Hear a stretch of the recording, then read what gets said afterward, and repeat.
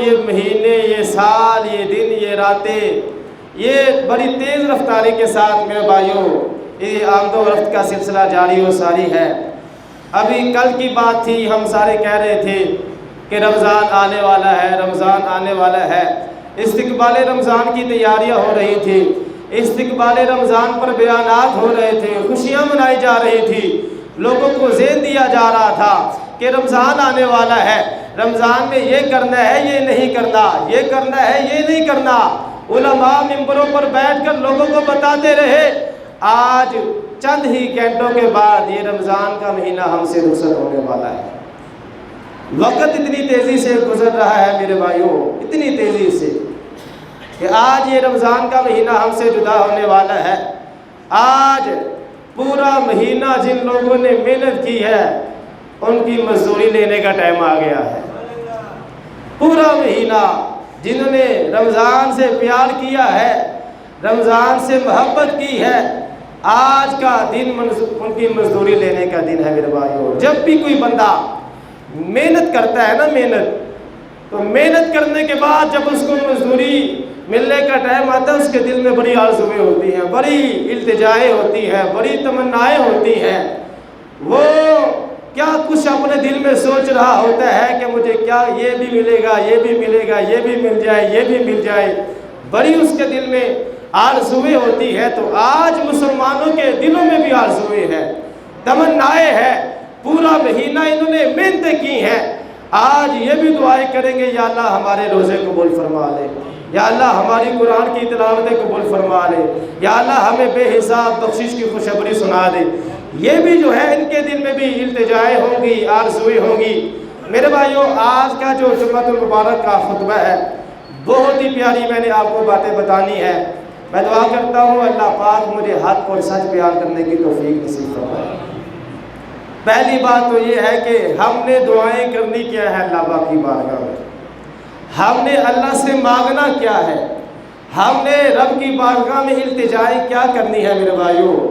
اگر ہم اپنے علم کے مطابق مانگیں گے، ہو سکتا ہے ہم وہ نہ مانگیں جو ہمارا رب چاہ رہا ہے، لیکن اگر ہم قرآن سے رہنمائی لے کر مانگیں گے تو پھر زیادہ فائدہ ہو جائے گا۔ قرآن سے رہنمائی لیتے ہیں نا، قرآن کیا کہتا ہے، اس موقع پر ہمیں کون سی دعائیں کرنی چاہیے، کیا رب سے مانگنا چاہیے۔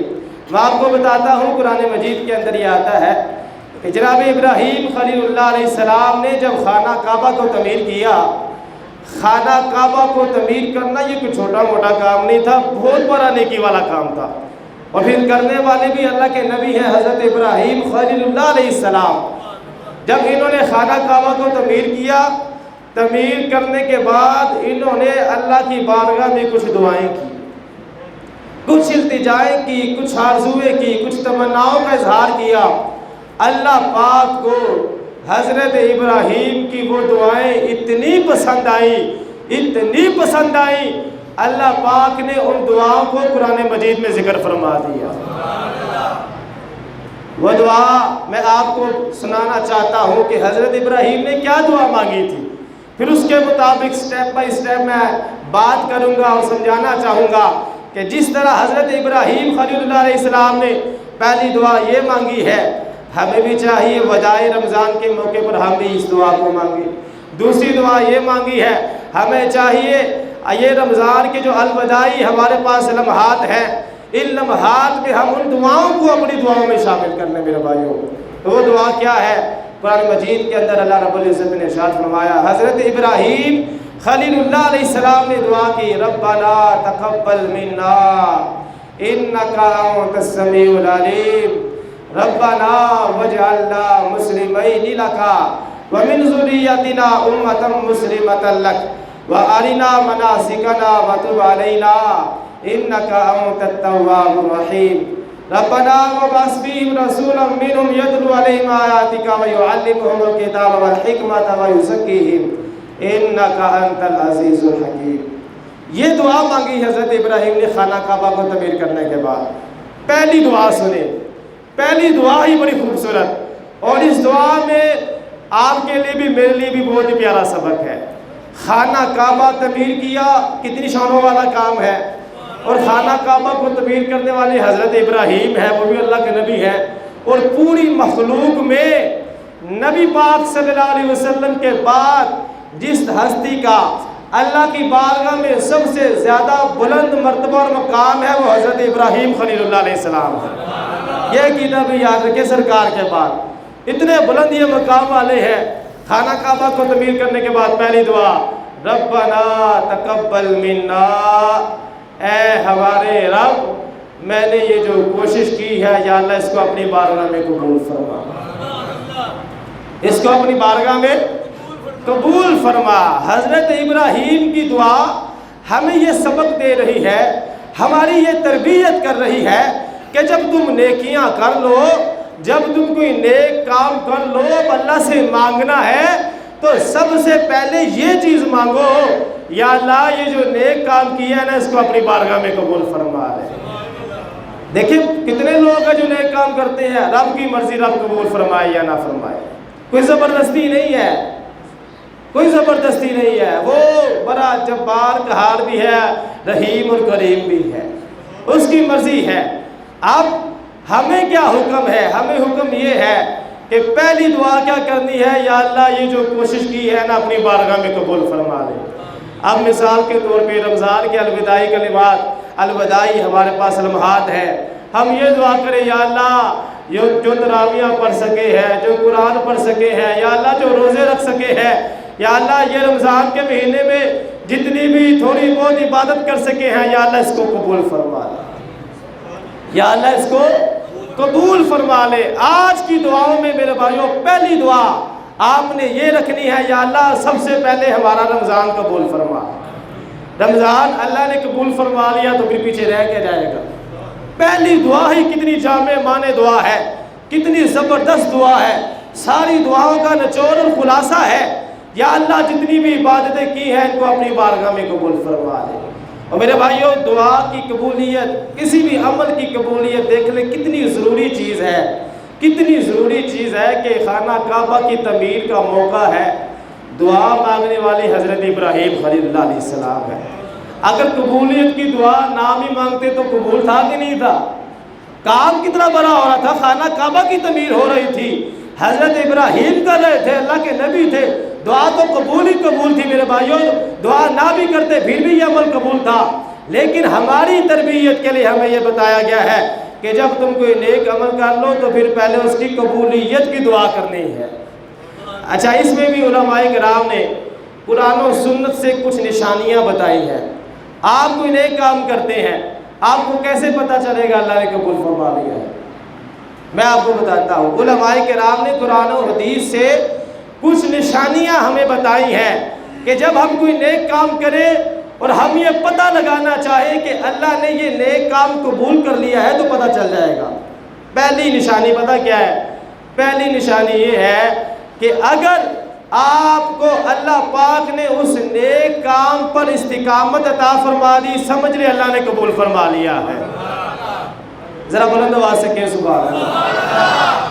مثال کے طور پہ رمضان کے مہینے میں نماز پڑھنا شروع کر دی، نیک کام ہے نا، نیک عمل ہے، رمضان کے بعد بھی اب وہ اللہ کا بندہ نمازی رہا، 5 وقتہ نماز پڑھتا رہا، تو سمجھ آئے اللہ نے رمضان کی نمازیں قبول فرما لی ہے۔ اور اگر بعد میں بس چاند رات آئی اس کے بعد وہ غائب ہو گیا، پھر سال بعد چاند نکلا، تو میرے بھائیوں سمجھ لے کہ پھر کام خراب ہے۔ تو عمل کی جو قبولیت ہے علماء نے اس کی ایک نشانی یہ بھی بتائی ہے، اگر آپ وہ استقامت کے ساتھ کرتے رہیں گے تو سمجھ رہے اللہ نے قبول فرما لیا ہے۔ ایسے ہی دوسری نشانی یہ بتائی ہے، آپ کوئی نیک کام کرتے ہیں، اس کے علاوہ آپ کا مزید نیکیاں کرنے کو دل کرتا ہے، میں یہ بھی نیکی والا کام کر لوں، میں یہ بھی نیکی والا کام کر لوں، میں یہ بھی نیکی والا کام کر لوں۔ علماء کہتے ہیں جس بندے کی کیفیت یہ بن جائے گی، سمجھ لیں اللہ پاک نے اس کے عمل کو بھی قبول فرما لیا ہے۔ تو میرے بھائیوں یہ کچھ نشانیاں، 2 نشانیاں، باتیں تو بہت کرنے والی ہے، وقت میرے پاس بہت تھوڑا ہے، مختصر کر کے آپ کو سمجھانا چاہتا ہوں۔ ہم نے نمازیں پڑھی، روزے رکھے، قرآن کی تلاوتیں کی رمضان کے مہینے میں، اب اگر رمضان کے بعد بھی نمازیں پڑھتے رہے اور قرآن کی تلاوت کرتے رہے اور اللہ نے چاہا تو نفلی روزے بھی ثواب کی نیت سے رکھتے رہے تو میرے بھائیوں سمجھ جائیں اللہ نے آپ کے رمضان کے مہینے کو قبول فرما لیا۔ تو پہلی دعا میرے بھائیوں رمضان کے آخری لمحات میں ہم نے جو اپنے رب کی بارگاہ میں کرنی ہے وہ یہی کرنی ہے، یا اللہ یہ جتنی بھی نیکیاں کی ہیں اپنی بارگاہ میں قبول فرما۔ دوسری دعا کیا مانگی سنیے ذرا، ربنا تقبل منا انک انت السمیع العلیم ربنا واجعلنا مسلمین لک، یہ دوسری دعا ہے۔ حضرت ابراہیم نے خانہ کعبہ کو تعمیر کر کے دوسری دعا یہ مانگی، یا اللہ مجھے ساری زندگی اپنے سامنے گردن جھکا کے رکھنے والا بنانا، اپنا فرما بردار بنانا ساری زندگی۔ مطلب یہ ہے حضرت ابراہیم خلیل اللہ علیہ السلام استقامت کی دعا فرما رہے ہیں۔ کس کی دعا فرما رہے ہیں؟ استقامت کی دعا فرما رہے ہیں میرے بھائیوں۔ حضرت ابراہیم نے ساری زندگی اللہ کے سامنے گردن کو جھکا کے رکھا ہے۔ یہ وہ نبی ہے جنہوں نے اللہ کے حکم پر ہجرت کی ہے، یہ وہ نبی ہے جنہوں نے اللہ کے حکم پر اپنے بیوی بچوں کو ویران جگہ پر چھوڑ کر آگے تھے، یہ وہی نبی ہے کہ جنہوں نے اللہ کے حکم پر اپنے چاند جیسے بیٹے کو ذبح کرنے کے لیے لٹا دیا تھا، یہ وہی نبی ہے جنہوں نے اللہ کے حکم پر خانہ کعبہ کو تعمیر کیا، یہ وہی نبی ہے جنہوں نے اللہ کے حکم پر جو آگ میں بھی کود گئے تھے، آگ میں بھی کود گئے تھے۔ مطلب یہ ہے کہ ساری زندگی رب کو راضی کرنے میں گزار دی، پھر بھی یہ دعا نہیں مانگی خانہ کعبہ تعمیر کر کے، یا اللہ اب میں بوڑھا ہو گیا ہوں، یا اللہ اب میں جوان نہیں رہا، یا اللہ مجھے آرام کی اجازت عطا فرما۔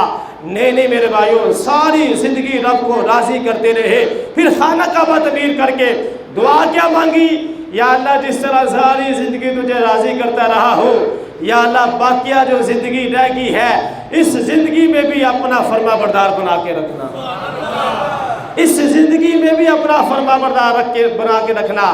تو میرے بھائیوں یہ دعا ہمیں بھی سبق دے رہی ہے، ہماری بھی تربیت کر رہی ہے۔ رمضان کے آخری لمحات ہے، آخری لمحات کو قیمتی بنائے میرے بھائیوں۔ آج مزدوری ملنے کا وقت ہے، آج اللہ کی بارگاہ سے انعام ملنے کا وقت ہے، آج رب سے مزدوری مانگے، یا اللہ ہمیں مزدوری کے بدلے میں یہ چیز عطا فرما، یا اللہ ہم ساری زندگی تیرا فرما بردار بندے بن کے زندگی گزاریں۔ اگر مزدوری میں یہ چیز مل گئی تو کتنی اعلیٰ چیز ہوگی، کتنی قیمتی چیز ہوگی، کتنی زبردست چیز ہوگی میرے بھائیوں۔ مزدوری اگر یہ مل گئی ہمیں، کمال کی دعا مانگی حضرت ابراہیم خلیل اللہ علیہ السلام نے، اس لیے تو اللہ نے قرآن مجید میں ذکر فرما دیا ہے۔ تو میرے لیے اور آپ کے لیے یہ سبق ہے، آج اگر دعا مانگنی ہے تو یہ دعا مانگے، یا اللہ رمضان کے مہینے میں جس طرح نیکیاں کی ہیں، روزے رکھے ہیں، تلاوتیں کی ہیں، یا اللہ سارا سال ہمیں اس پر استقامت عطا فرما، یا اللہ سارا سال نمازیں پڑھنے کی توفیق عطا فرما، یا اللہ سارا سال قرآن کی تلاوت کرنے کی توفیق عطا فرما، یا اللہ سارا سال تہجد کی نماز پڑھنے کی توفیق عطا فرما، یا اللہ سارا سال قرآن سننے سنانے کی توفیق عطا فرما۔ تو میرے بھائیوں یہ دعا استقامت کی دعا، اور بزرگان دین کہتے ہیں الاستقامت فوق الکرامہ، استقامت جو ہے نا، استقامت یہ بہت ہی بڑی چیز ہے، یہ کرامت سے بھی بڑی چیز ہے، کرامت سے۔ استقامت کا مطلب یہ ہوتا ہے ایک کام روزہ نہیں کرنا، ایک کام روزہ نہیں کرنا، بغیر ناغے کے کرنا، یہ ہے استقامت میرے بھائیوں۔ حدیث پاک میں آتا ہے حضرت بی بی عائشہ صدیقہ رضی اللہ تعالیٰ عنہ نے نبی پاک صلی اللہ علیہ وسلم سے پوچھا، یا رسول اللہ صلی اللہ علیہ وسلم کون سا عمل سب سے زیادہ بہتر ہے، کون سا عمل سب سے زیادہ بہتر ہے؟ رسول اللہ صلی اللہ علیہ وسلم نے ارشاد فرمایا، اے عائشہ وہ کام سب سے بہتر ہے جو تھوڑا ہو لیکن روزانہ ہو، تھوڑا ہو لیکن روزانہ۔ ہم کیا کرتے ہیں، ایک دن شوق آتا ہے، لو جی 10,000 مرتبہ درود پاک، 1000 مرتبہ درود پاک، اگلے دن ناغا، پھر اگلے دن 500 مرتبہ، پھر اگلے دن 2، پھر جوش آیا، پھر 3000 مرتبہ، پھر اگلے دن ناغا۔ یہ جو ناغا ہے نا، ناغا، یہ چھٹی پسند نہیں ہے اسلام کو، یہ چھٹی پسند نہیں ہے۔ سرکار کی بارگاہ میں درود و سلام بھیجنا چھٹی کس بات کی، چھٹی کس بات کی؟ ہمارا دین اسلام، ہمارے پیارے آقا صلی اللہ علیہ وسلم نے ہماری یہ تربیت فرما دی ہے، فرمایا تھوڑا کر لو، کتنا کر لو؟ تھوڑا کر لو لیکن روزانہ کر لو۔ مثلاً قرآن کی تلاوت رمضان میں کرتے رہے ہیں، اب رمضان کے بعد مصروفیت زیادہ ہوگی، رمضان میں سپارہ پڑھتے تھے، تھوڑا کر لے، آدھا سپارہ کر لے، آدھے کی نہیں ایک پاؤں کر لے، ایک رکوع کر لے، 2 رکوع کر لے، لیکن آپ یہ کہیں کہ کوئی بھی میری زندگی کا ایسا دن نہیں ہے جس دن میں نے قرآن پاک نہ کھولا، ایک رکوع ہی پڑھ لے۔ دیکھیں میرے بھائیوں، استقامت کی پھر کتنی برکتیں آپ کو ملیں گی۔ یہ کرامت سے بھی بڑی چیز ہے۔ کس سے بڑی چیز ہے؟ کرامت سے۔ ہم کہتے ہیں نا کسی بابے کے پاس جاتے ہیں، بابا جی کو کرامت دکھاؤ، ہم کرامتوں کو بڑا مانتے ہیں، کرامت دیکھیں اپنی آنکھوں سے کوئی ہے بابا جی کی، لیکن میرے بھائیوں یہ کرامت سے بھی جو بڑی چیز ہے وہ ہے استقامت۔ وہ کیا ہے؟ استقامت۔ تھوڑا کر لے لیکن روزانہ کرے۔ سمجھ آگئی میری بات؟ حضرت ابراہیم خلیل اللہ علیہ السلام نے خانہ کعبہ کو تعمیر کر کے پھر استقامت کی دعا مانگی ہے۔ اگلی دعا حضرت ابراہیم خلیل اللہ علیہ السلام نے بہت ہی پیاری مانگی ہے، اور میں سمجھ لیں کہ کافی زیادہ اس دعا پر بات چیت آپ سے کر چکا ہوں، کافی زیادہ۔ وہ دعا کیا ہے؟ وَمِن ذُرِّيَّتِنَا أُمَّةً مُسْلِمَةً لَكَ۔ خانہ کعبہ کو تعمیر کیا حضرت ابراہیم نے، دعا کیا کر رہے ہیں؟ تیسری دعا، یا اللہ میری اولاد کو بھی اپنا فرما بردار بنا کے رکھنا۔ خانہ کعبہ کی تعمیر کے موقع پر حضرت ابراہیم اپنی اولاد کو نہیں بھولے، یہ نہیں کہا یا اللہ بس مجھ تک معاملہ رہے یا حضرت اسماعیل تک ہی رکا رہے، نہیں یا اللہ یہ فرما برداری والا معاملہ ہماری نسلوں میں بھی جاری فرما، ہماری نسلوں میں بھی جاری فرما۔ میرے بھائیوں قرآن سے بھی آج پتہ چل گیا ہے کہ ماں باپ کو اپنی اولاد کے لیے دعا کرتے رہنا چاہیے۔ رمضان کے الوداعی جو ہمارے پاس لمحات ہیں میرے بھائیوں، آج مزدوری ملنے کا دن ہے، رب سے مزدوری مانگ لے، دعا کرے یا اللہ ہمیں بھی اور ہماری آنے والی نسلوں کو بھی ساری زندگی اپنی فرما برداری نصیب فرما، یا اللہ ہمیں بھی اور ہماری آنے والی نسلوں کو بھی یا اللہ ساری زندگی رسول اللہ کی غلامی نصیب فرما۔ ایسی دعائیں مانگے میرے بھائیوں، یہ دعائیں قرآن سے ثابت ہے۔ کہاں سے ثابت ہے؟ قرآن سے ثابت ہے۔ حضرت ابراہیم نے خانہ کعبہ تعمیر کیا، تعمیر کرنے کے بعد اولاد کے حق میں دعا مانگ کر یہ بتا دیا، لوگوں اپنی دعاؤں میں اپنی اولاد کو شامل کر لو، اپنی دعاؤں میں اپنی اولاد کو شامل کر لو۔ اگر تم اپنی اولاد کے لیے دعا نہیں کرو گے تو پھر بعد میں رونے دھونے کا فائدہ کوئی نہیں ہے۔ در در کی ٹھوکریں کھاتے ہیں ماں باپ، کبھی کسی بابے کے پاس کبھی کسی کے پاس، حضور یہ دعا کر دے، حضور یہ دعا کر دے، ٹھیک ہے اچھی بات ہے، دعا کروانی چاہیے، میں یہ نہیں کہتا کہ نہ کروائے۔ میرے بھائیوں ماں باپ کی دعا اولاد کے حق میں ایسے قبول ہے جیسے نبی کی دعا اللہ امتی کے حق میں قبول فرما لیتا ہے۔ ماں باپ جتنے مرضی گناہگار ہو، جب وہ اولاد کے لیے ہاتھ اٹھا دیں گے نا تو اللہ قبول فرما لے گا۔ حضرت امام بخاری رحمۃ اللہ علیہ کتنے بڑے امام ہوئے ہیں، بخاری شریف لکھی ہے انہوں نے۔ کیسے بخاری شریف لکھی؟ یہ جب پیدا ہوئے تھے یہ نبینا تھے، ان کو نظر نہیں آتا تھا، نبینا تھے۔ آپ کو میں بتانے لگوں کہ ماں باپ کی دعا کی کتنی پاور ہے۔ یہ نبینا تھے، ان کو نظر نہیں آتا تھا، یہ مدرسے جاتے تھے پڑھنے کے لیے، مدرسے کے بچے ان کو تنگ کرتے تھے، ان کے سامنے سے ان کا کھانا اٹھا کر کھا لیتے تھے۔